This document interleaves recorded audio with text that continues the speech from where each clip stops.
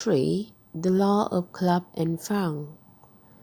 Buck's first day at Giant Beach was terrible. Was a strain from his comfortable, happy life with the jar in the sunny southern land.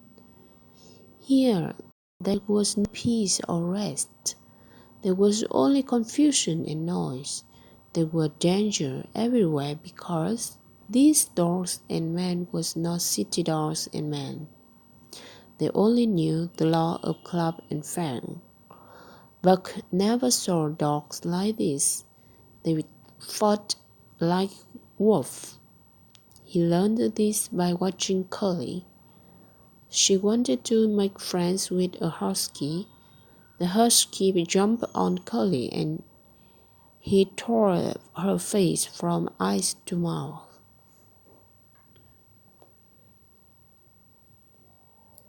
Wolves and huskies fight like this. They attack and then jump away. But this fight was not finished. 30 or 40 huskies came and made a circle round a fight. Curly attacked her enemy, but the husky beat her again. She fell to the ground and never stood up again. The other husky moved in, and suddenly it was under them. Buck saw Spitz run away with his red tongue out of his mouth. He was laughing. Curly was dead in the snow. Her body was almost in pieces.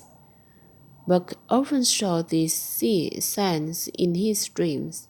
He understood that when a dog was injured, that was the end. Spitz laughed again, and from that moment Buck hated him. Soon, Buck had another surprise. Francois put a harness on him. Buck remembered the harness on horses at home. So now he must work like a horse. He must pull the sled to the forest to get firewood. He was offended, but he decided to work and do his best. He worked with Spitz and Dave and learned a lot from them. He learned to stop when Francois said "Ho," and to go when he said "Moose." Those three are very good dogs, Francois told Pearl. Buck pulled well and learned quickly. That afternoon, Pearl brought two huskies called Billy and Joe. They were brothers.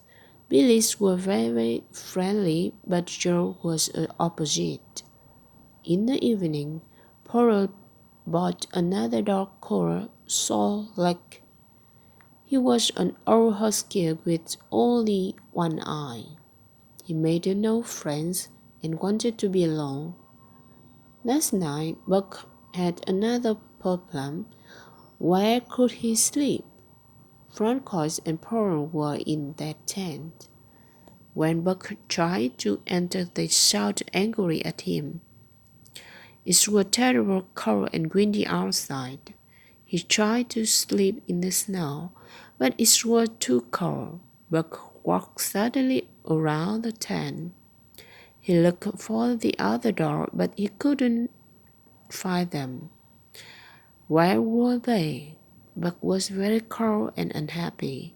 He did not know what to do. Suddenly, he fell into a hole. He felt something move, and then he heard a friendly bark. Under the snow, in the warm hole, he saw Billy. Billy licked Buck's face with his warm, wet tongue. Another lesson, so that was how the dog slept. Buck chose a place and made a hole. In a minute, he was warm and all asleep. He slept well, but had bad dreams. The noise of the Cam woke him up the next morning. "What did I say?" Francois shouted to the poor. Thus Buck learned quickly. Poirot smiled. He was a courier for the Canadian government. He transported important documents and he needed the best dogs. He bought three dogs that morning. Now there were 9 dogs in an harness and they were going up the Giant Canyon. Courier messenger. The work was hard, but Buck liked it. He was surprised that Davis and Solek were not born now. Pulling in the harness was their job and they were happy. All the dogs were alert and active. Billy's was a sled dog. It was nearest the sled. Jeff was in front of him. Then there was Buck. In front of them were the other dogs. Speech were the leader in front. Dave and Solek were Buck's teacher. When Buck pulled the wrong way, Dave always beat his leg lightly. Buck learned quickly.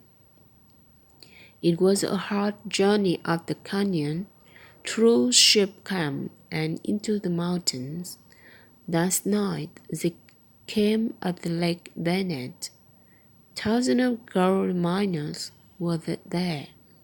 Buck made his hole in the snow and slept well.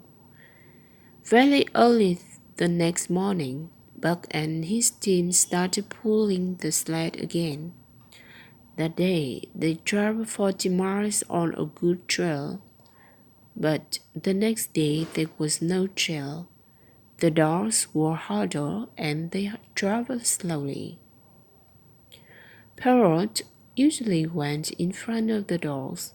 With his snowshoe, he made the snow flat. Francois guided the sled from behind.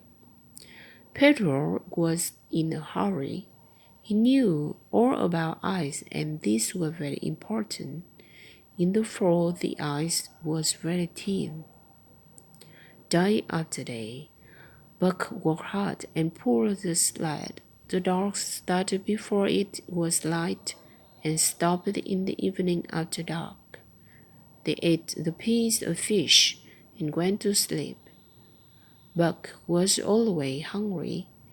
Every day he ate a pound and a half of fish, but it was never enough.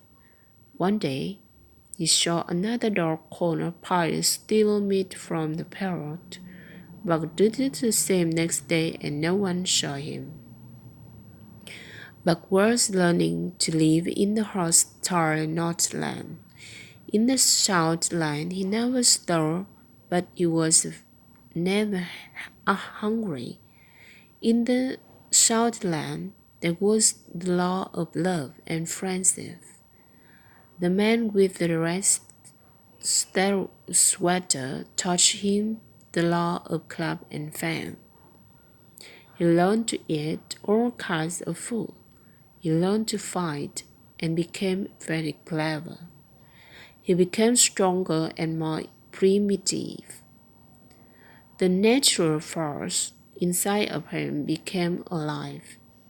It was easy for Buck to fight like a wolf because it was in his blood. At night, he looked at a star and howled like his ancestors did long ago. Buck was following his instinct.